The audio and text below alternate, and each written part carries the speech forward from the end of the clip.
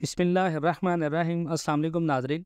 12 फरवरी 2024 हमारी जो वीडियो का टॉपिक क्या है वो रियल एस्टेट से है। बहुत सारे लोगों ने इन्वेस्ट किया, बहुत सारे लोग रियल एस्टेट के अंदर भी पैसा बाउंड करके बैठे हुए हैं। जैसे डॉलर के ऊपर कैप लगा हुआ था, वैसे ही कुछ रियल एस्टेट का हाल है पाकिस्तान में। जो प्रॉपर्टी इन्वेस्टर्स हैं बहुत ज़्यादा पैसा लगा के बैठे हुए हैं।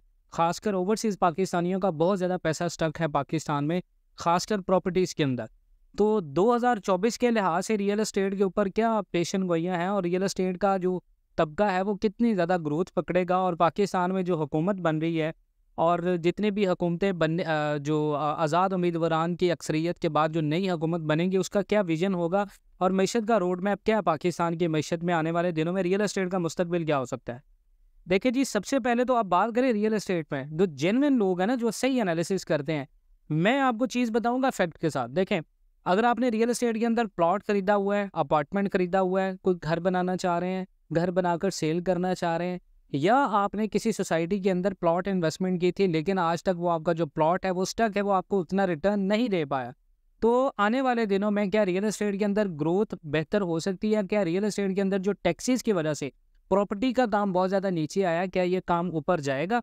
क्या मज़ीद हुकूमत जितने भी टैक्सेस लगाए इनमें कमी करेगी? तो ऐसा बिल्कुल नहीं है, क्योंकि इस वक्त पाकिस्तान मईशत के उस दोराहे पर खड़ा हुआ है कि जहाँ पर हमारी जो हुकूमतें हैं उनके जितने भी अखराजात हैं वो टैक्स से निकलेंगे, और टैक्स रिफॉर्म्स करना बहुत ज़्यादा ज़रूरी है। और टैक्स नेट में लाने के लिए लोगों को हुकूमत कोशिश कर रही है, क्योंकि ये वो काम थे जो आज से 25 से 30 साल पहले हुकूमतों को करना थे, लेकिन अब क्योंकि सर पर आन पहुंची है और इसके बाद पाकिस्तान के पास कोई चारा नहीं है अपनी रेवेन्यू को बढ़ाने के लिए, हुकूमतों को हुकूमत चलाने के लिए, तो वो टैक्सेस लगाएंगे। अगर आप एक प्रॉपर्टी इन्वेस्टर हैं तो रियलिटी को एक्सेप्ट करना चाहते हैं, तो ये याद रखिएगा कि कौमी असम्बली में किसी भी पार्टी की वाज़ेह अक्सरियत अभी तक सामने ना आने से जो अरसा दराज से पाकिस्तान की जो मईशत है वो काफ़ी ज़्यादा स्लो का शिकार है, और रिफॉर्म्स का एजेंडा एक बार फिर चैलेंजिंग शक्ल इख्तियार कर गया है।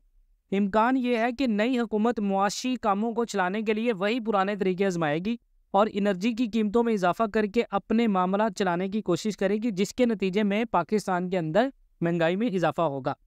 अब दूसरी ये है कि पाकिस्तान को IMF की तरफ से ज़्यादातर जो टैक्सेस लगाने की बात हुई है वो हुई है रियल एस्टेट के अंदर। यानी अगर पाकिस्तान के अंदर आने वाले दिनों में आप देखें तो IMF से जान छुड़ाने के लिए पाकिस्तान को टैक्स रिफॉर्म्स करना होंगे और ज़राअत और रियल एस्टेट के ऊपर टैक्सेस लगाना होंगे, क्योंकि ये IMF की तरफ से भी तजवीज़ है और पाकिस्तान की हुकूमतों की तरफ से भी तजवीज़ है कि रियल एस्टेट और ज़राअत के ऊपर टैक्स लेगा। अब रियल एस्टेट के ऊपर टैक्सेस का सबसे ज़्यादा नुकसान होगा वो होगा इन्वेस्टर को। मिसाल के तौर पे अगर आप अभी पाकिस्तान में टैक्सेस की बात करें तो प्रॉपर्टी में टैक्सेस की वजह से प्रॉपर्टी का काम बहुत ज़्यादा स्लो हुआ।